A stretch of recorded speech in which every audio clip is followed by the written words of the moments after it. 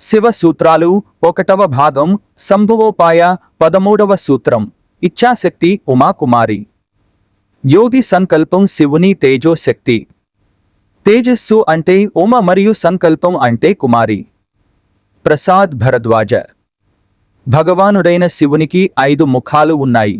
ఇవి 5 దైవిక అంశాలను సూచిస్తాయి. అవి ఈశాన, తత్పురుష, సద్యోజాత, వామదేవ మరియు అఘోర ముఖాలు. ఈశాన ముఖంలో చిత్ శక్తి అనగా చైతన్యం ప్రధానమైనది. అదేవిధంగా తత్పురుష ముఖంలో ఆనందశక్తి, సద్యోజాత ముఖంలో ఇచ్ఛాశక్తి, వామదేవ ముఖంలో జ్ఞానశక్తి మరియు అఘోర ముఖంలో క్రియాశక్తి ప్రధానమైనవి. ఈ సూత్రంలో ఇచ్ఛాశక్తి అంటే సంకల్ప శక్తి అని అర్థం. ఉమా అంటే తేజస్సు మరియు కుమారి అంటే ఒక కన్య. కానీ ఈ సూత్రంలో ఉపయోగించిన పదాలు వాటి స్థూల అర్థాలకు మించి అర్థం చేసుకోవాలి. శివుడు శక్తి సంపూర్ణుడు. ఈ సూత్రం ఒక యోగిని ఉద్దేశించి వివరించబడింది. ఇచ్ఛాశక్తి అనేది యోగి యొక్క సంకల్ప శక్తి. ఒక యోగి ఎల్లప్పుడూ శివుడిని పొందేందుకు స్వాభావికమైన సంకల్ప శక్తిని కలిగి ఉంటాడు.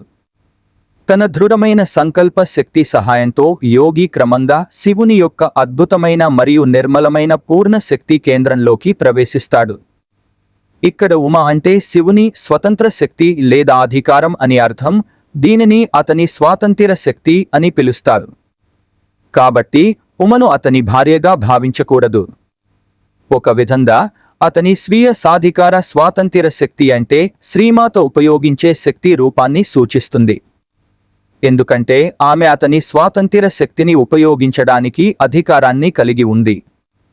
యోగి యొక్క సంకల్పాన్ని ఇక్కడ కుమారి అంటారు.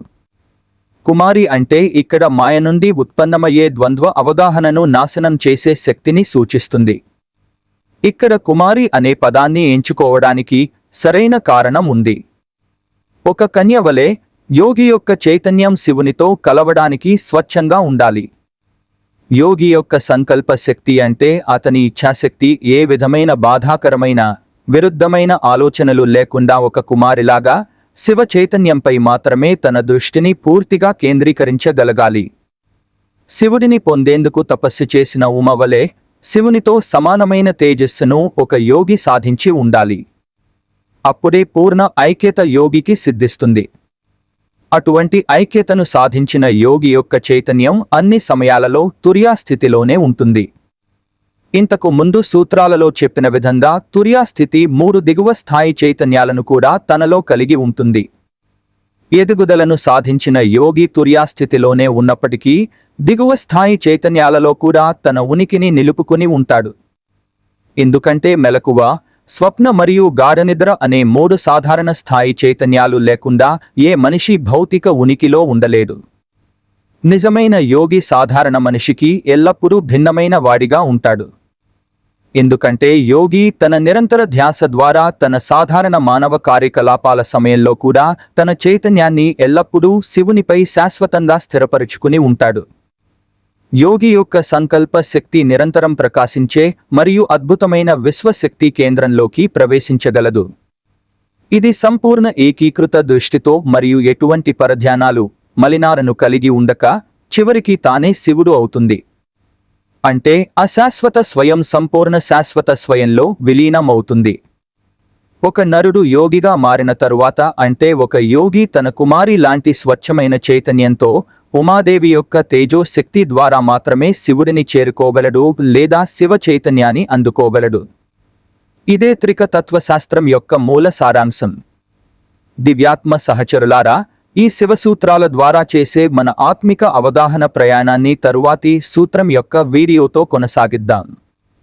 అప్పటి వరకు సంభవోపాయలోని 13వ సూత్రం ఇచ్ఛాశక్తి ఉమాకుమారి అనే ఈ సూత్రంలో వివరించబడిన విషయాల పట్ల లోతైన అవగాహనకు ప్రయత్నం చేయండి.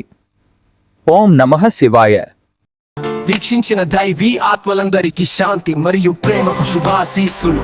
చూసినందుకు మరియు అర్థం చేసుకున్నందుకు ధన్యవాదాలు. లైక్ చేయండి, సబ్స్క్రైబ్ చేయండి మరియు మీ ప్రియమైన వారికి షేర్ చేయండి.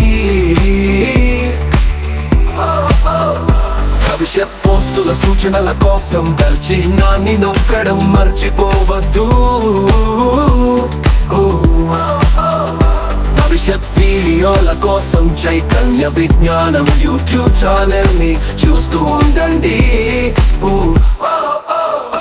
భరద్వాజ